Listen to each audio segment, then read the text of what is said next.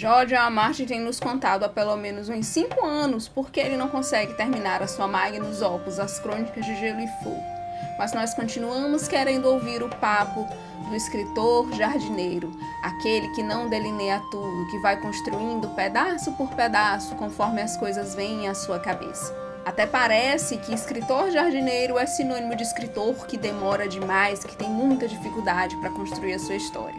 Fosse assim, Robin Hobb jamais teria terminado seu Reino dos Antigos. Só para citar o segundo caso mais famoso de escritor de fantasy do tipo jardineiro que a gente tem recentemente, né? O tipo jardineiro, ele se opõe ao tipo arquiteto. O arquiteto seria aquele escritor que sabe tudo que vai acontecer na sua história, que deixa tudo arrumadinho, tudo delineado, tem tudo na sua cabeça e também em papéis, sabe de onde saiu e sabe onde quer chegar com aquela história, sabe tudo que vai acontecer naquele universo. Eu sou Tainá Abreu, sou jornalista de entretenimento e no vídeo de hoje a gente vai tocar num ponto que pode render comentários não muito amáveis.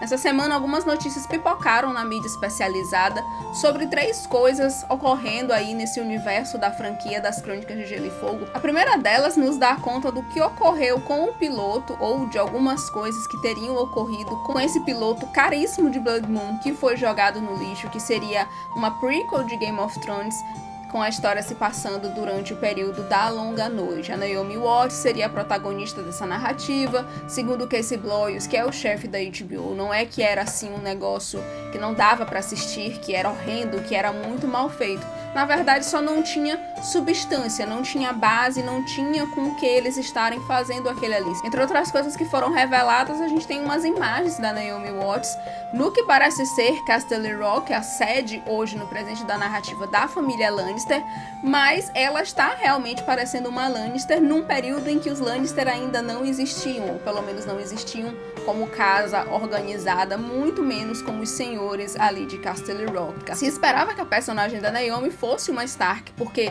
os Stark são uma casa excepcional, que existem dessa forma organizada há muito tempo, há pelo menos 1000 anos. É um negócio que não faz assim muito sentido.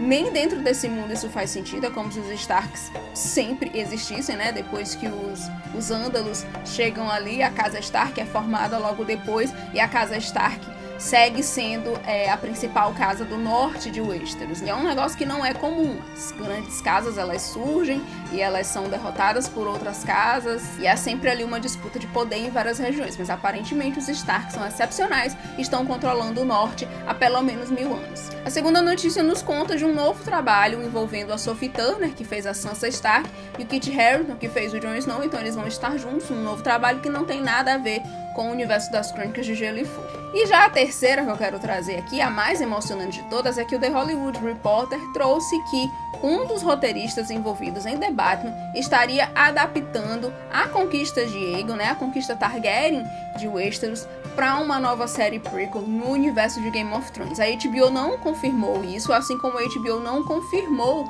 a matéria que a Variety trouxe em abril do ano passado, dando conta de que iria existir essa nova série, essa nova prequel no universo de Game of Thrones, né? Hoje em dia a gente tem House of the Dragon, que é a série que tá passando, e a gente já tem anunciada de verdade a série que adapta o Cavaleiro dos Sete Reinos, que conta as histórias de Duncan and Egg.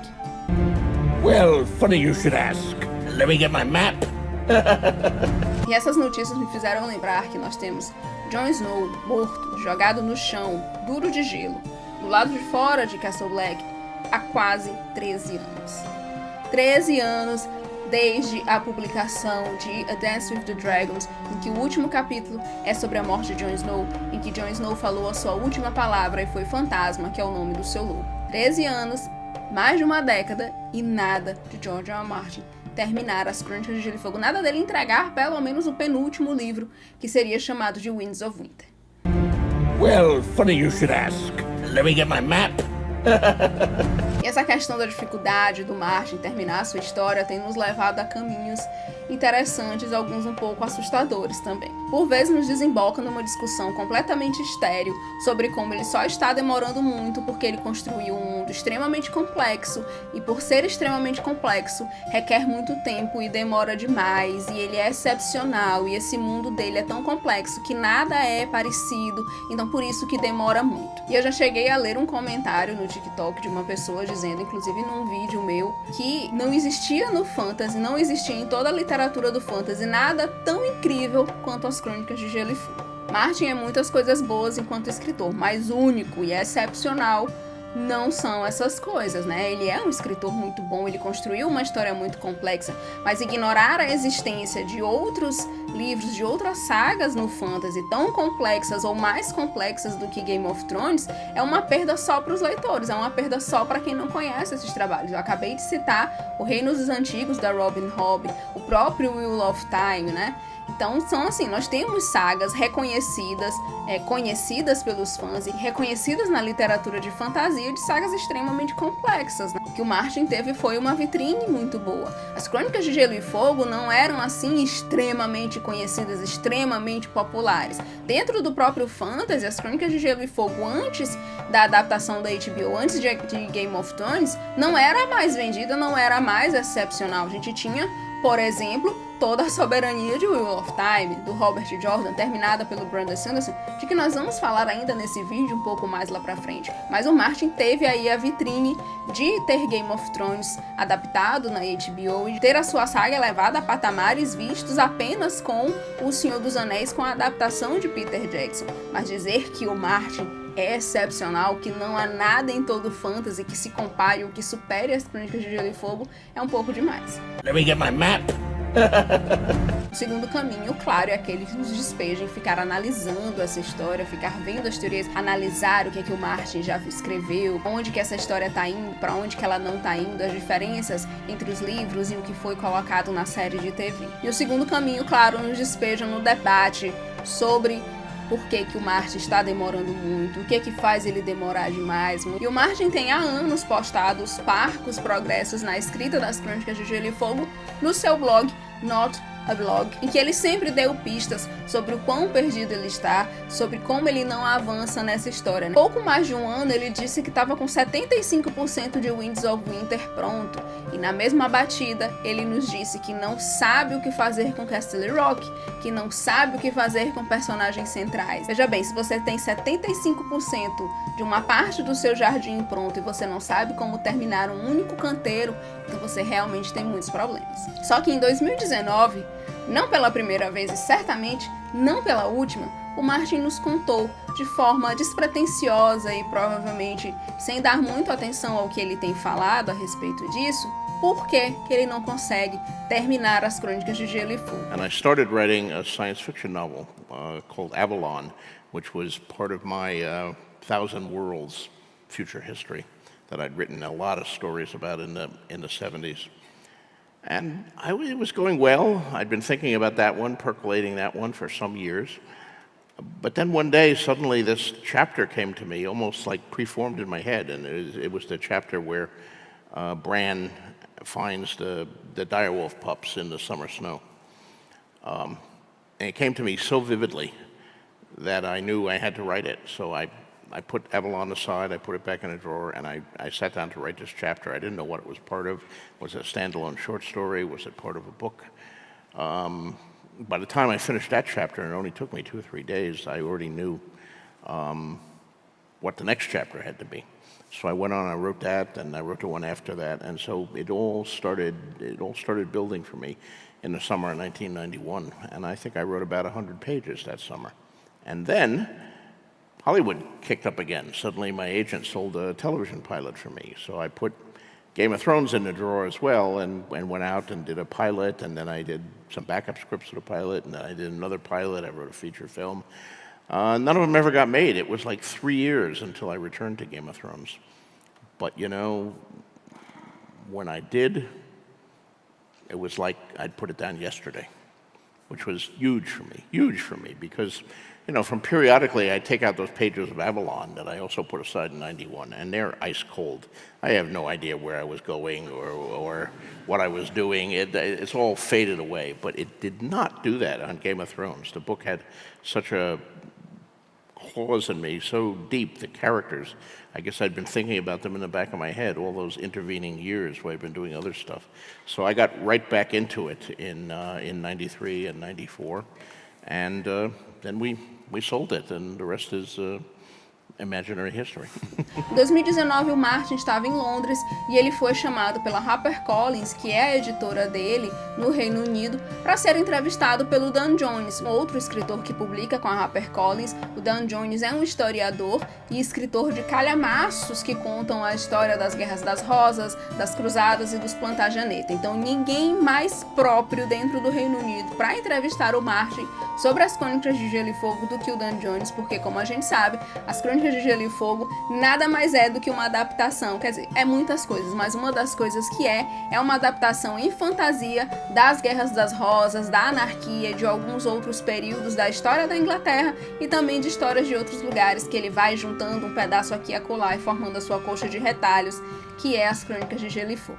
Essa entrevista, inclusive, chegou a ser transcrita no final de algumas edições tardias de Fire and Blood Volume 1, o livro onde o George Martin se presta a contar a história da dinastia Targaryen. É nesse volume 1 da história dos Targaryen que nós temos a Dança dos Dragões, que é o que a série Casa do Dragão adapta. Essa entrevista acontece justamente no contexto em que Martin, já pressionado por anos a terminar a sua Magnus Opus, está lançando uma história prequela, onde ele expande enredos e personagens com os quais ele já havia trabalhado, contos publicados de forma esparsa em coletâneas organizadas por terceiros ao longo dos anos. O interessante aqui é quando Martin nos conta sobre como ele estava escrevendo uma história de sci-fi que se passa em um outro universo secundário que ele escreve, chamada Avalon. Ele começou a ficar entediado com essa história, começou a perceber que não estava indo para lugar nenhum, ficou um pouco de saco cheio. E é nessa época em que ele não sabe para onde vai, com Avalon, que ele tem praticamente uma visão de uma nova história e ele começa a escrever. Essa visão é a cena da loba morta pelo chifre do veado e encontrada com os filhotinhos. É aquela cena em que os Stark, as crianças Stark, encontram os filhotes na loba morta por um veado. E aí essa teoria de que o Bran é realmente o personagem que abre e o personagem que vai fechar a narrativa das Crônicas de Gelo e Fogo. Pois bem, o Martin largou Avalon, colocou ali no limbo da sua gaveta e passou a escrever o que viria a ser as Crônicas de Gelo e Fogo. Só que aí ele teve que dar uma pausa, ele voltou para Hollywood, voltou para escrever e produzir roteiros para cinema e para TV, obras essas que nunca viram a luz do dia e que nunca foram vistas por nenhuma alma vivente fora desses estúdios, porque ele conta que nada disso foi para frente. Depois de 3 anos, ou seja, com a cabeça fresca, tendo ido fazer outras coisas, ele volta para o que viria a ser as Crônicas de Gelo e Fogo e vai desenvolvendo capítulo atrás de capítulo, né? Nesse caso a gente está falando de A Game of Thrones, né? E para publicar a Game of Thrones ele teve que fazer, né, um delinear do que seria essa história. Ele fez a coisa que ele menos suporta fazer na hora da escrita, na hora de construir um universo ficcional, por ele ser desse estilo jardineiro, dizem. Ele teve que delinear mais ou menos ali quem que seriam os seus protagonistas, como que a história se desenvolveria. E ele depois ficou muito chateado porque a HarperCollins estava mudando de prédio, se eu não me engano foi essa história, a HarperCollins mudou de sede, e nisso de mudar de sede eles recuperaram alguns papéis, entre os papéis essas cartas do Martin delineando o seu universo de Gelo e Fogo. E aí ele conta que Game of Thrones foi publicado, no primeiro momento não foi o sucesso de vendas e de crítico, não foi o boom que todo mundo esperava que fosse, mas que foi ganhando audiência, que foi ganhando leitores e foi subindo nas vendas e depois se tornou um dos grandes livros do fantasy. E depois ele foi abordado por 2 roteiristas de Hollywood que queriam muito adaptar a sua obra, e aí nós temos Game of Thrones na TV, o resto é história. Well, funny you should ask. Let me get my map. Porém, essa história é também a história de como esse sucesso impede que Martin termine a sua amada saga. O final porco da série de TV e a reação dos fãs sobre isso e a reação da crítica é o que faz Martin ficar empacado. A gente tem aí esses 2 cenários que se juntam. Martin viu a sua obra ser finalizada nas mãos menos hábeis de outras pessoas e ele viu que esse menos hábil trouxe um final mal feito, feito nas coxas, que deixou todo mundo decepcionado. Aqueles que leram os livros com atenção se decepcionaram com a forma como foi feito, muito corrido, sem cuidado com os detalhes. Aqueles que nunca leram as Crônicas de Gelo e Fogo ou que leram com pouca atenção ficaram insatisfeitos inclusive com o resultado completo, com o final da saga. Mas a gente tem que lembrar de uma coisa, D.B. Weiss e David Benioff só conseguiram levar as Crônicas de Gelo e Fogo para HBO e fazer Game of Thrones porque eles sabiam toda a história. Lembra que eu falei que o Martin fez o que ele menos gostava, que era delinear? No fundo, ele tem essa história delineada. Ele sabe onde ele quer chegar, ele só não sabe direito como chegar até lá. E a forma como as pessoas chegaram até lá talvez não seja mais satisfatória para todo mundo. E se essa era a forma que ele ia fazer, ele agora tem que refazer o que já estava escrevendo. Essa é uma das teorias que nos diz por que o Martin está demorando tanto. Ele viu como chegar até lá, ele viu todo o seu delineado ser colocado em prática e percebeu que ninguém gostou. E aí ele tem que refazer. E refazer dá muito mais trabalho do que fazer. O pedaço mais famoso dessa conversa que nós temos acesso é que o Martin perguntou para o D&D se eles sabiam quem era a mãe do Jon Snow e eles teriam dito que era a Lyanna Stark. Foi assim que o Martin deu o direito de adaptação para eles. Mas essa não é toda a história. Em alguns outros momentos, com outras entrevistas, nós ficamos sabendo que o Martin contou para eles o final, contou para eles como as coisas deveriam ser. Ninguém em sã consciência vai adaptar uns calhamaços sem saber o que tem que fazer, sem saber onde tem que chegar. O problema é, David Benioff e D.B. Weiss não são escritores hábeis. Eles não têm habilidade para escrever sem o material base. Quando Martin deixou de entregar material, eles deixaram de ter o que adaptar. E eles não conseguem fazer as coisas sozinhos. Eles precisam daquele material base para saber como fazer as coisas.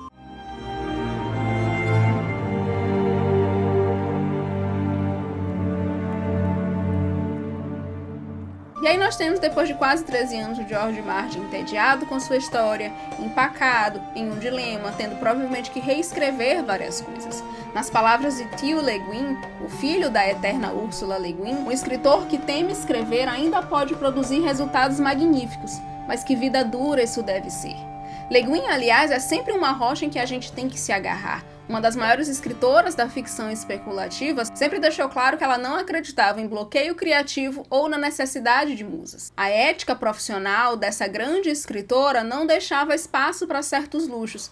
E profissão aqui é um termo muito importante. Há uma discussão sobre se o Martin deve ou não algo aos fãs. Há aqueles que dizem que achar que ele deve algo aos fãs é pedir demais.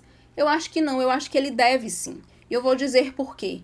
Essa é a profissão do Martin. Fomos nós, os fãs, com nosso dinheiro suado, com o nosso pouco tempo livre para leitura, que demos a Martin o privilégio de fazer da escrita a sua profissão. Foi a dedicação dos fãs antigos que cativou os novos e fez da série da HBO um fenômeno imenso, que encheu bolsos à torta e à direita, uns mais, outros menos, e os bolsos do Martin certamente com uma boa porção. Mas Martin é tudo, menos besta.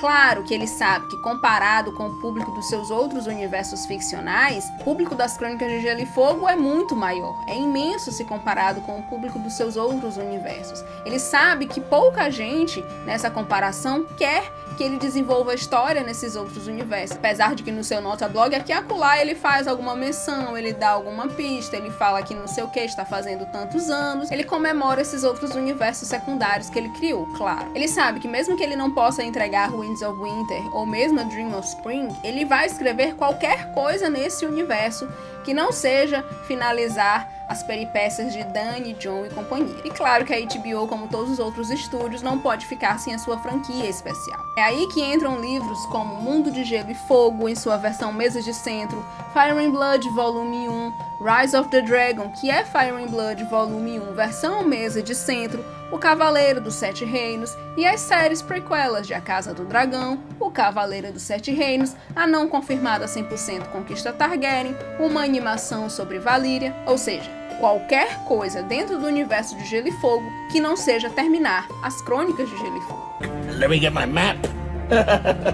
Dá uma certa tristeza, porque o Martin é um escritor fabuloso que criou um universo secundário intrigante e complexo, mas ele não é mais um jovenzinho e está num beco sem saída. É muito provável que jamais veremos o final das Crônicas de Gelo e Fogo nas palavras do seu criador. A opção onde todos saem ganhando não comporta a arrogância de George Martin, que já deixou bem claro que não quer que ninguém termine os seus livros no seu lugar, caso ele venha a falecer ou ficar incapacitado e não consiga terminar as Crônicas de Gelo e Fogo. Essa alternativa já foi ventilada várias vezes, porque nós temos o precedente do Robert Jordan, o criador do magnífico Wheel of Time, que infelizmente faleceu antes de terminar a sua saga. E aí a sua esposa e editora, a lendária Harriet McDougal, chamou o Brandon Sanderson para terminar essa saga, coisa que ele fez da melhor forma que pôde e com maior esmero, usando as anotações do Robert Jordan e com o auxílio dos seus assistentes, a Maria Simmons e o Alan Romanzuk.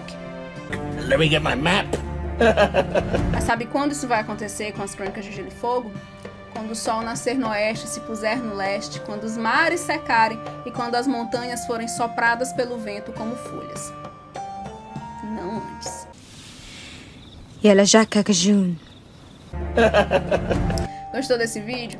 Curte, compartilha com seus amigos, deixa aí nos comentários o que você acha dessa confusão toda, qual é a sua teoria sobre por que o Martin não consegue terminar as Crônicas de Gelo e Fogo. Não esquece de assinar o canal e depois eu volto com mais conteúdo. Até!